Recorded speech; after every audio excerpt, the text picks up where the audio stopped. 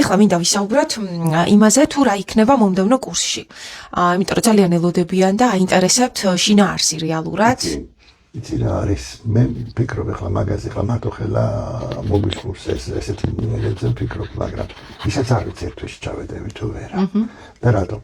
იმიტომ რომ ჰერმეტიზმი ამათ რომ წარმოუდგინეთ, მე ჰერმეტიზმის არამედ მარტო ხელა მოგისურსის დაკითხვას ვაპირებ, სადაც ადამიანი აბსოლუტურად დამოუკიდებელია და სავსეა და თვითონ შეუძლია აკეთოს ყველაფერი.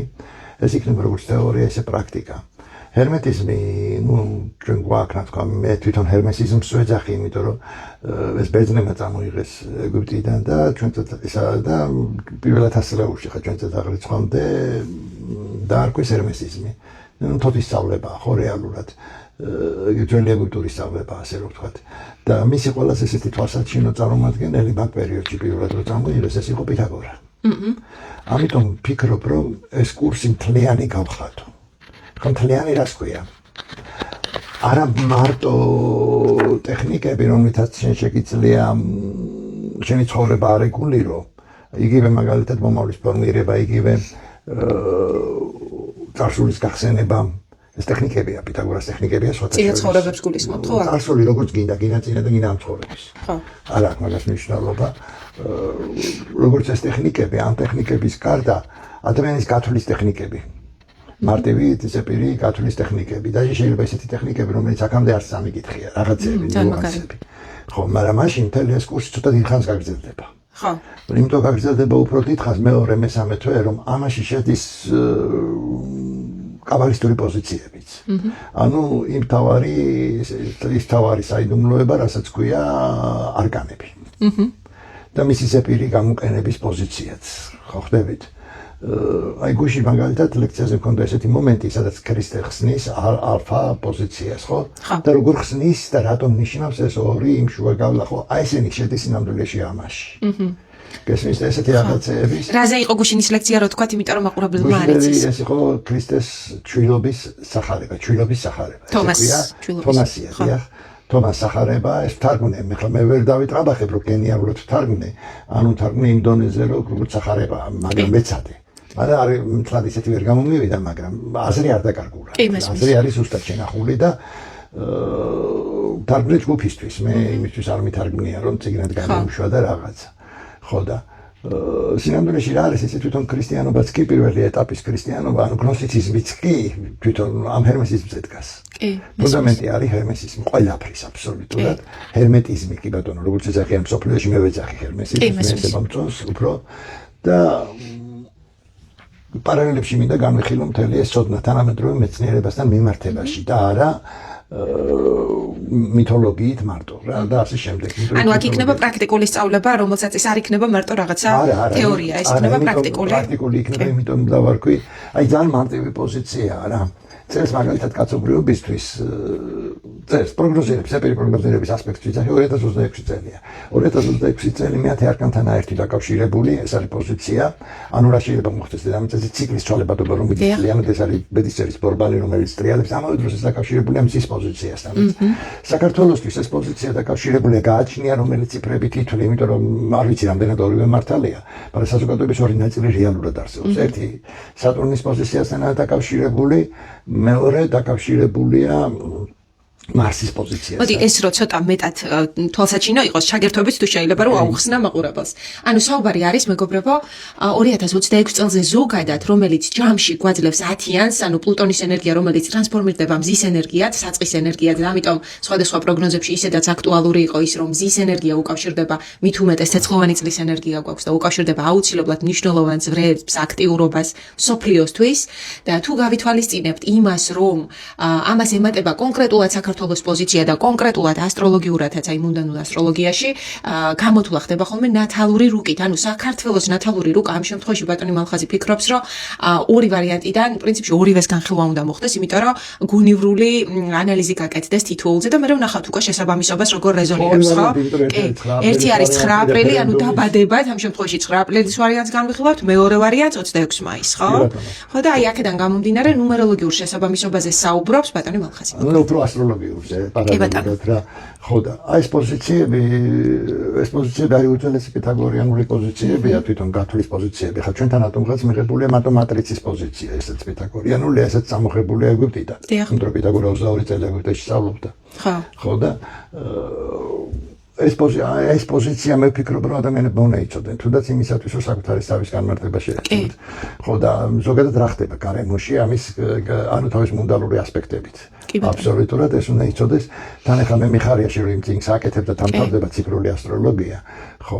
ხო და ეხლა მე ძალიან ბევრი მაქვს ნაფიქრი, იმიტომ რომ ეხლა იცით რომ გნოსტიციზმსაც ასე თუ ისე კარგად ვიცნობ, ჰერმესიზმსაც კარგად ვიცნობ. იმიტომ რომ გადავიღე თავის ძოზე უსტად და მარგარიტაზე, იქ ვოლანდის პოზიცია არის ჰერმესიზმისა და გნოსტიციზმის ნაჯვარი პოზიცია, ასე რომ ვთქვათ, ეს ყველაფერი, ხო. ისე რომ ძალიან საინტერესო თემები უნდა წავიდეს. კიდევ თქვენ ახსენეთ რომ საუბარი იქნებოდა, ხო, აი თქვენ თქვით მაშინ რომ გავაკეთებდით აი სიგილების გაკეთება კონკრეტული, ხო, აი ესეც შევიდო და ამ კურსში, ხო და მაგაზეც მინდა რომ ორი სიტყვით სიგილების მეორე ვერსია შევა, ალბათ ეს არა ქართული ვერსია, რომელიც მაქვს, რომელიც მე უკვე ახსნილი მაქვს. არამედ იგივე თანამედროვე იმაში, როგორ გადმოვა ძველი ეგვიპტური ვერსია და მანდალების და სატურნის სიგილები გაკეთდება ძირითადად. და რატო სატურნის? იმიტომ რომ კიდე სატურნის ეპოქაში ცხოვრობთ. და თუ გინდა რომ რაიმე ქეშენა სიტყვა ამ შენმა აზრმა ძალა მიიღოს სატურნის პოზიციაში უნდა და ამ ყველაფრის საშუალება გექნებათ ამის სწავლის შემდეგ უკვე დაამზადოთ კონკრეტულად თქვენი ის თილისმები, რომელიც ალბათ ვისაც გაინტერესებს და ვისაც გაქვთ გარკვეული ისტორიული წყაროები არსებობს, გარკვეული პლანეტარული თილისმების, მაგალითად არსებობს ესეთი სოლომონის პლანეტარული პენტაკლები ეგრეთ წოდებული და ის ზუსტად მაგ პრინციპით ხდებოდა რეალურად ამ სიგილების ანუ ამ ნიშნების შექმნა და ასე ინდივიდუალურად შეგეძლებათ თქვენ შექმნათ თქვენთვის კონკრეტული თილისმები. ფათაშორის იცი რა არის? ესენი ჩვენთან ახლა რო კითხოთ ქრისტიანობა, კი ბატონო ქრისტიანი ვარ. მე და ვთვლი რომ ქრისტიანია ძალიან დიდი რამეა, უმაღლესი ასპექტი, ანუ ეს არ გძალავთ. მე-7 საუკუნეშია გამოშვებული ქართულ ენაზე. ეტთა და 7-თან. ნათობთა, კი. ხო. ეს რო გაგიცანით მაშინ პირველი წიგნი იყო, რომელიც გამიზიარეთ. ხო, 70-იან წლებში გამოვიდა ეს წიგნი ფათაშორის ოფიციალურად. ისე როგორც გამოვიდა იადიგარ დაუდი, ისე როგორც გამოვიდა კარაბადინის წიგნები, ბევრი კაი რაღაცა გამოდიოდა. მაშინ გამოდიოდა ეს როგორც აი ქართული წერლობის ნიმუშები ძველი. ნუ იადიგარ დაუდი უფრო მედიცინაა. უფრო კულტურული მედიცინაა. ანუ ჩვენ ვიცით აიურვერდა და არ ვიცით იადიგარ დაუდი. ქართველებს ეს ჭირი საკუთარი არ ვიცით არაფერი. ხო, ისე რომ ეს მეთოდიკა, თვითონ ასტროლოგიური მეთოდიკა, ეს უძველესია საქართველოსთვისაც. ეხლა უფრო ძველი არის თუ არა შემონახული ჩვენ არ ვიცით, თუმცა არის საუბარი ბევრი. მაგრამ ეს არის ფაქტი. კი მე თვითონაც რომ დაკავებული ვიყავი ოკულტური გაგრძელება არის ფაქტიურად ტრადიციული ძველი ასტროლოგიის შესწავლით. ბოლო 7-8 წელია მაგით ვარ დაინტერესებული და ნამდვილად არის. თუნდაც იქ აიურვედაში რაც არის დოშები გვაქვს აბსოლუტურად. კი ბატონო, ის ტემპერამენტი. ნახაზებია დარჩენილი ქვებზე. ასტროლოგიური ნახაზებია დარჩენილი ქვებზე. ზუსტად აი თანამედროვე ოკულტური პრინციპებით, რომელიც მოიცავს ბგერებს, ფერებს და აი ამ ყველაფრის ტემპერამენტებს. ამის შეჯამებით ხდება. როდესაც ასტროლოგიურ რუკებს ადგენდნენ, ისინი ოქტაგრამაში აკეთებდნენ. და დღეს აკეთებენ წრეში. აი ეს არის განსხვავება, მეტი არაფერი. ხო, თორე ეს ნახაზები, ეს ოქტაგრამაში დახაზული ასპექტები ხევსურეთში გატენილია სავსეა. არა მარტო არის გარკვეული სხვაობა, ასე ვთქვათ, თანამედროვე ასტროლოგიასა და ძველ ასტროლოგიას შორის, თუნდაც ტექნიკური თვალსაზრისით, თუნდაც იმ თვალსაზრისით, რომ უფრო მათემატიკურია. იმიტომ რომ დავიწყოთ იქედან, რომ ძველი ასტროლოგები ყველა მათემატიკოსები იყვნენ, ყველა არითმოლოგია იყო მაშინ და კი, კომპოზიტორები იყვნენ, მათემატიკოსები იყვნენ და ასტროლოგები. ანუ სფეროთა მუსიკა ესე ერქვა პითაგორა. პითაგორა ძალიან აინტერესებს ჰერმესიზმზე, იმიტომ ამ ჰერმესიზმზე. მენდელევმა ვინ იყო მენდელევი? მენდელევი მუსიკოსი იყო, კომპოზიტორი იყო, მენდელევი არ იყო ქიმიკოსი და გატაცებული იყო პითაგორას სფეროთა მუსიკით. და იქიდან მივიდა იმამდე ამდეთ სადამდეც მივიდა ქიმია. კი და ძალიან საინტერესო იყო, არ მახსოვს თქვენ მოყევით მე მგონი რომ პირველი ელემენტი იყო ეთერი და ამიტომ ეს პირველი ნულოვანი ელემენტი რომ არ არსებობდა, აი თითქოს შეუცნობელი გახდა და როგორც კი ის ნულოვანი ელემენტი დაჯდა თავის ადგილზე, უკვე ყველაფერი თითქოს თავის ადგილას დავარდა. კი. მე ხდება ყველაფერი გასაგები, მთელი ქიმია ხდება გასაგები ფანტასტიკურ დონეზე. ქიმია დაზეპირების დონეზე კი არა, ქიმია აზრის დონეზე, როგორ შეიძლება და მე გასაგები ალქიმიაც ხდება, იმიტომ რომ ერთი ელემენტი როგორ შეიძლება შეიცვალოს მეორე ელემენტი პრაქტიკულად ახსნილია მენდელევის პერიოდულ სისტემაში. მაგიტომაც იყო რომ ძველად მაგალითად როცა ისწავლებოდა ასტროლოგია, თვლიდნენ რომ ექიმა აუცილებლად უნდა იცოდეს, ხო და მე ძალიან მიყვარს ხოლმე. არც მიყვარს პრინციპში თანამედროვე მედიცინის და ექიმების, როდესაც ეცინებათ ხოლმე ამ საკითხზე. კი. მოდი, მედიცინა ვის შექმნა, იმას მივაქციოთ ყურადღება. ალქიმიკოსი იყო ავიცენა. ალქიმიკოსი იყო იბსინა, ხო? ალქიმიკოსი იყო კარლ დიდი. ალქიმიკოსი იყო მე-13 საუკუნეა უფრო გვიან პარაცელსი. პარაცელსი მით უმეტეს, რომელმაც დაწვა თავისი მასწავლებლების ნაშრომები და იყო რევოლუციონერი ფაქტიურად პირდაპირ იძახდა ასტროლოგიასთან კავშირს ალქიმიკოსი. კი ბატონო, სიგნატურების სიმბოლოები მაგან შემოიტანა. ასტროლოგია რომელიც ოკულტივში გამოიყენებოდა იყო ციფრული. კი. ხო, მაგრამ ასტროლოგიის გარეშე ალქიმიაში ვერაფერს ვერ გააკეთა. კი. ალქიმიკოსი იყო ნიუტონი. დიახ. არც იცოდა რომ ფიზიკოსი იყო ისე მოკუთა ბოლო-ბოლო. კაცი. ხო, ეს იყო უმაღლესი რანგის ასტროლოგია ჩვენ ცოტა სხვანაირად გვესმის, იმიტომ დღეს ასტროლოგია რა არის, იცი? აი თქვენ ხვალ იმის და პროგნოზები ვერც რაელის კუროს რაელის კი მესმის. ასტროლოგია პირველად გაკეთდა არა იმისათვის რომ ადამიანის შეფასება გაკეთებინა, ალქიმიის გულისა გაკეთდა. იმიტომ რომ ლითონთა ეს რა ტრანსმუტაცია გაკეთებული იყო ტრანსმუტაცია სიტყვას ალქიმიიდან მოდის. პირველად მაგათ გამოიყენეს და ამავდროულად არა მარტო ცნობიერების ტრანსმუტაციის გული. ამათ მანდამაინც გონიათ რომ ოქროს რომ მიიღებენ ეს არის ალქიმია, ეს არ არის ალქიმია ხალხო. ოქროს მიღება დიდი პრობლემა არ არის და სახელმწიფოსაც შეუძლია რამდენიც უნდა მიიღოს, იმიტომ რომ ამისთვის ტექნოლოგიის დამზადება მარტო საჭირო. არა. იმას რა ქვია, სენ-ჟერმენს აქ ციგნი. ალქიმია ლუბვი, სიყვარულის ალქიმია. ხედავთ სხვა ფსიქოლოგიური ასპექტი აბსოლუტურად და ტრანსცენდენტალურ იმისი ფსიქოლოგიის საფუძვლებში ცდებს ალქიმია. კი. რამდენიც არ უნდა იხდუნა. კი, რა თქმა უნდა. ადამიანის შეფასება რო ხდება ტრანსცენდენტულით, ისე არ ხდება. კი, ფსიქოლოგია სხვა შორის აი თანამედროვე ფსიქოლოგია ხარ, როდესაც არსებობს ქვეცნობიერი, როდესაც არსებობს არაცნობიერი, მაგ დროს არსებობდა ძველ ოკულტურ წყაროებამდე, ანუ ძველ ამ ასტროლოგიას მეუბრუნდები ისევ არსებობდა სქოლასტიკური ფსიქოლოგია, რომელშიც საერთოდ წარმოდგენა არ ჰქონდათ ქვეცნობიერზე და არაცნობიერზე, თუმცა ზუსტად იგივე თეორიებია გაუცებული ვარმე, უბრალოდ იყენებდნენ იმ პრინციპებს, ალქიმიის ოკულტურ პრინციპებს და ასტროლოგიას. პრინციპიაშია. ხო, აზრი ქმნის ფორმას. დიახ. იმის შენი სახე, იმიტომ ესეთი რომ შენ ეს ამას სატარებ. შენი სხეული, იმიტომ ესეთი რომ შენ ამას სატარებ. არსებობდა ძველ ეგვიპტეში ფიზიოგნომიკა. არის შემორჩენილი ცხოველების პრინციპით ხდებოდა ადამიანის შეფასება. აი ადამიანი გავს არწივს, ადამიანი. ტოტემური მერე რაც უკვე გახდა ტოტემური. ხო, ეს მაშინ ესე ხდებოდა. ის მე-18 საუკუნიდან წამოვიდა კრიმინალისტიკაში დაიწყეს გამოყენება ხიროგნომიკის ფიზიოგნომიკის. რომელ საუკუნეში? მე-18. ხიროგნომიკის ფიზიოგნომიკის რომ მოხსნეს ეს ვარიანტი. ანუ ეს ცხოველებთან და ფრინველებთან შედარების ვარიანტი მოხსნეს. მაგრამ არსებობდა მეორე ფიზიოგნომიკა ჩინური, ძალიან საინტერესოა. იმიტომ რომ ჩინური ტიპაში აბსოლუტურად განსხვავებული აქეთა ტიპაშთან და მის გამომეტყველებას იგივე საკითხი ესე ირონი არ არის, სხვანაირად იკითხება. ამავე პერიოდში არსებობს უამრავი მასალა. ფრენოლოგიას, იცით ფრენოლოგია ეს არის თავის ქალის აგებულება. თავის ქალის აგებულების მიხედვით შეგიძლია იმდენი რამე თქვა, ვერ წარმოიდგინე. მე ანატომიაში მე ეს აი ყავდა ერთი ბრწყინვალე მერე და გავლენა. მაგრამ ამის აკრძალვის მიზეზი ის იყო, რომ მისი გამოყენება დაიწყეს ევგენიკაში.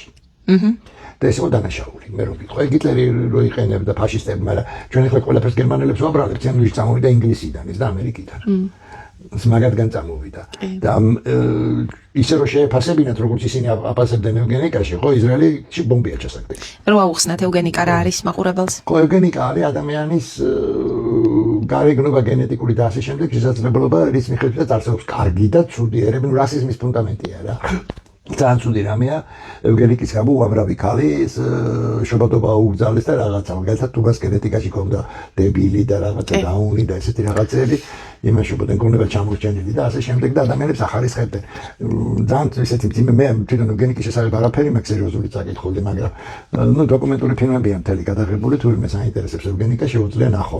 ამერიკელებსაც აქვს გადაღებული, ბრიტანელებსაც უყო, ახლა მენგელსაც ქონდა მაგ ევგენიკას იყენებდა არა. არა, ენგელს ახლა სოციალისტის სხვა პოზიცია. მენგელს არა, ენგელს არა. მენგელს ქონდა მე მგონი ეგ და კიდე მასტუპების თემა აინტერესებდა, ტუპების ფენომენი ძალიან. ციგნები თურებოდნენ და ებრაელები. ხო, ამ ადამიანებს ესე დაყოფა არ შეიძლება. ხო, იმიტომ იმ ებრაელებშიც კი არის თითოეული კარგი ადამიანი. და იმიტომ. მოკლედ ძალიან საინტერესო კურსი გელით მეგობრებო, რომელიც სავარაუდოდ ბატონ მალხასთან ყოველთვის 4 წელია სკოლა გვაქვს და 4 წელია ისე არაპროგნოზირებადია ხოლმე მისი ლექციები და კურსები, იმიტომ რომ მიუხედავად იმისა, რომ უკვე მე-7 ნაკადს დავიწყებთ მალე, არც ერთი ნაკადი ერთმანეთს არ გავს და აბსოლუტურად განსხვავდება ხოლმე ეს ინფორმაციები, ამიტომ მეც ისე გულისყურით ველოდები ხოლმე ბოლო წუთს რა მოხდება და როგორ გადაწყვიტავს. მე ბევრი ვიფიქრე და ალბათ თვითონ ეს კურსი 1-3 თვე გაგრძელდება რა. იმიტომ რომ არ მგონია რომ მე ჩავედიო თავიდან ბოლომდე. კი ბატონო, დავშლით სავარაუდოდ ამას. ისეთი ნიუანსების ახსნა მინდა თან პარალელურად შეგნით პრაქტიკული ნიუანსების და არა თეორიულის, რომელსაც თეორიის გარეშე ახსნა. კარგით, პირველ ნაწილში რა იქნება მაშინ, რომ გასაგები იყოს მაყურებლისთვის? ზოგადად და პირველ ნაწილშივე იქნება ეს ფორმირება მომავლის და ფორმირება მომავლის, კარგით. მე მინდა რომ მეორე ნაწილი მიუძღვნა თვითონ ციფრებს თლიანად.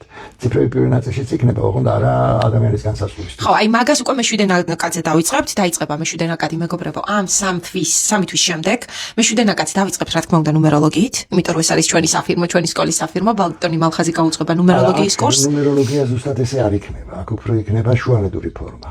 ანუ ძველიებური ფორმა. კი, აქ, ეხლა. და ნუმეროლოგია მერე იქნება, კი. ხო, და დეტალური ნუმეროლოგია კიდე სხვა. 3 თვის შემდეგ დავიწყებთ უკვე მე-7 ნაკადს ნუმეროლოგიით. ნუმეროლოგიასაც ვახსენებთ და ესე ტაროს პოზიციებსაც ვახსენებთ, რა თქმა უნდა, ყველა გათვლის ტექნიკას ვახსენებთ. რატო იცი, პარალელური შედარებებისთვის, იმისაც რომ გაიგო, როგორ ვითარდებოდა კაცობრიობა, მარტო ჰერმესისტული საკმარისი არ არის. მას უნდა შეადარო პრემანანდას პოზიცია, მას უნდა შეადარო ჩინური პოზიცია, მას უნდა შეადარო ევროპული პოზიცია, ზემოთ და ასე შემდეგ და აი ამ პოზიციაში ანუ პითაგორას პოზიცია და ასე შემდეგ, ავესტას პოზიცია და ასე შემდეგ და ეს ყველაფერი ერთად იქნება ანალიზისთვის, ციფრების გაგებისთვის, იმიტომ რომ თავარი თეორია იქ არის დეკადისა და მონადის თეორია. ახლა რა არის დეკადი? ხო, ეს არის ღმერთი რო ერთია იმის თეორია პრაქტიკულად და შეწარმოიდგინეთ ჯერ სად იყო იუდეიზმიც არ არსებობდა, როცა ღმერთი ერთია უკვე იცოდნენ. და ბოლოს რო შევაჯამოთ, ხო, როგორც თქვით, ამ კურსის მერე დაიწყება მე-7 ნაკადი და ამაზე მერე ცალკე დავდებთ პოს. ეხლა მინდა რითიც დავიწყეთ, რომ დავასრულოთ, აი საქართველოსთვის ორი ვარიანტი, ძალიან მოკლედ რო განვიხილოთ. რა დრო გვეყავს? იცი ერთი ვარიანტი. ანუ მე მგონი 9 აპრილის ვარიანტი, ზუსტად არ მახსოვს რომელი ვარიანტი. არის მარსზე დამდგარი. და მეორე ვარიანტი არის ატომზე დამდგარი. ერთი ვერსია უკეთესია ვიდრე მეორე ვერსია რა თქმა უნდა. ერთი ვერსიით ჩვენ ამ ციკლს ვამთავრებთ ახლანდელი დაზაბულობა, რაც ახლა არის საქართველოში, მუდმივად რომ უნდათ რომ როგორმე ჩაგვიტრიონ ალბომში ეს პერიოდი უნდა დამთავრდეს. და თან ამას შესაბამისობაში უნდა განვიხილოთ როგორც მზესთან, ასევე ვენერასთან პოზიციაში, იმიტომ რომ საქართველოს ძირითადი პლანეტა ორივე ვარიანტით არის ვენერა. ხო. ვენერასთან როცა სატურნი შედის ეს მატერიალური პოზიციის ვარიანტია და ბევრი ცვლილებები უნდა მოხდეს სახელმწიფოში, მაგრამ შეიძლება ეს ცვლილებები მოხდეს ცუდ მხარეს, შეიძლება ეს კარგ მხარეს მოხდეს. ამისათვის თვითონ ქვეყნის გრაფიკის განხილვაა საჭირო. აღმავალში ვართ თუ დაღმავალ პოზიციაში.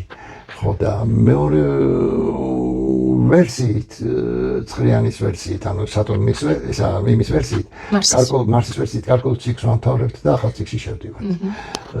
მე მეორე ვერსიას უფრო ვეთანხმები. 26 მაისის.